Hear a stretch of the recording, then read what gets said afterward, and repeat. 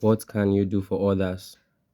That's a question you should ask yourself more this year over the question of what can others do for me? What can you do for me? What has he done for me? What has she done for me? What can she do for me?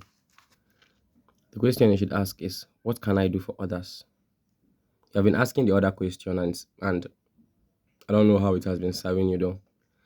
But I think maybe if you ask this other question for a while, see the effects, see the change in your life just for asking that questions and trying to figure out the answers genuinely.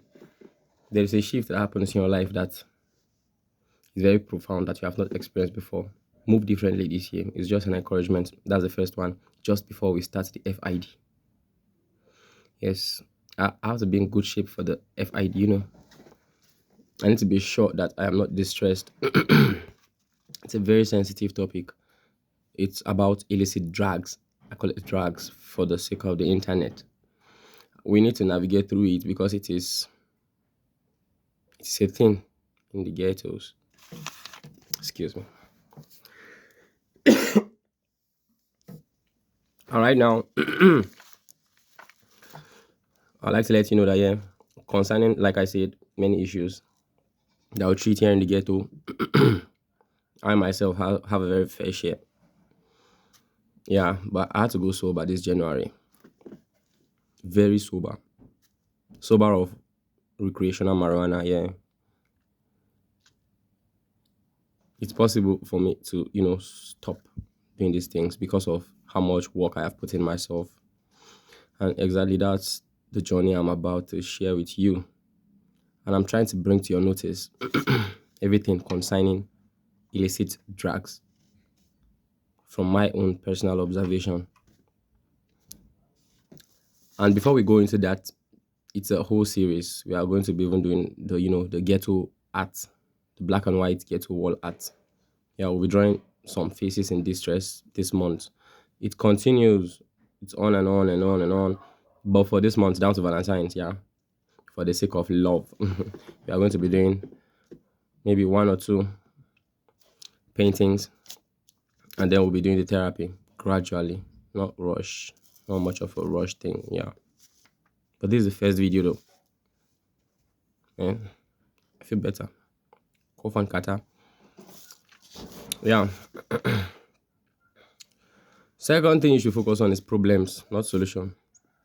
Not, you know, don't be asking the question of what's good around today. Ask what's bad so that you have something to fix, around you. You don't need to necessarily fix too many things. But the question of asking what is a problem around now is a question that has brought me more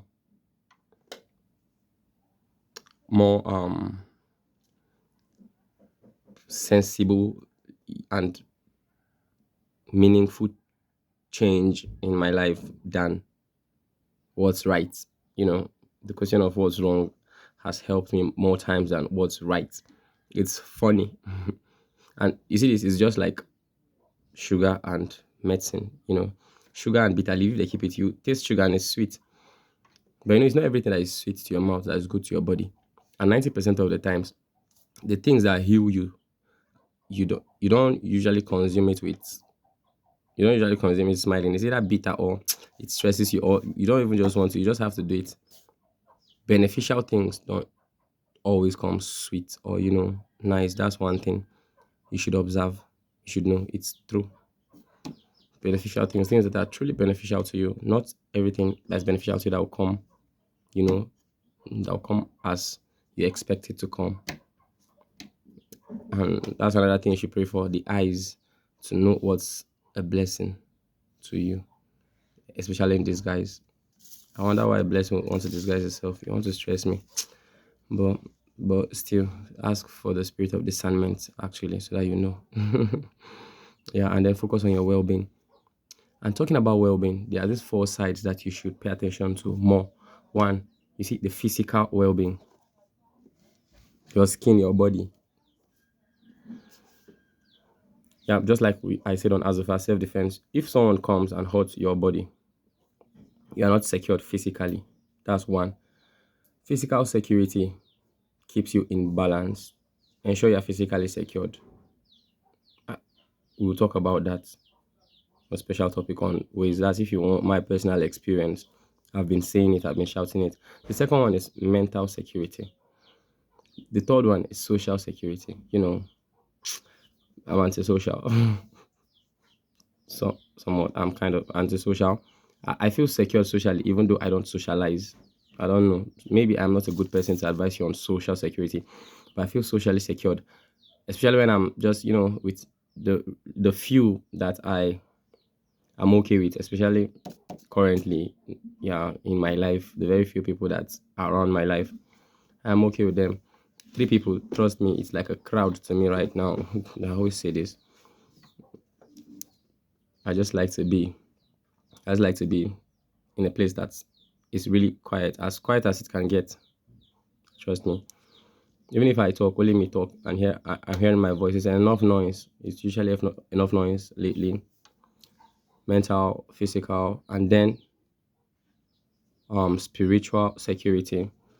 I don't know your faith, whatsoever your faith is. Religion is a topic that we'll talk another time, maybe next month or next upper month. But for the now, whatsoever it is that makes you feel secured spiritually, hold on to it. Hold on to it. Don't lose your mind.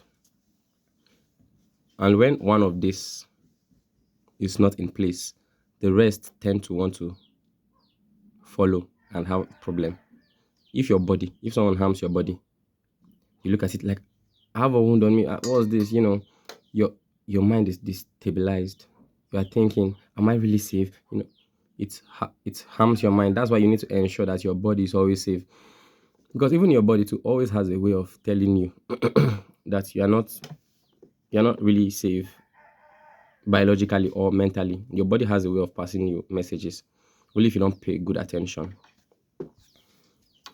Like me, the one I pay attention to is when I know I'm doing too much, especially too much of the topic we are on right now, of the illicit.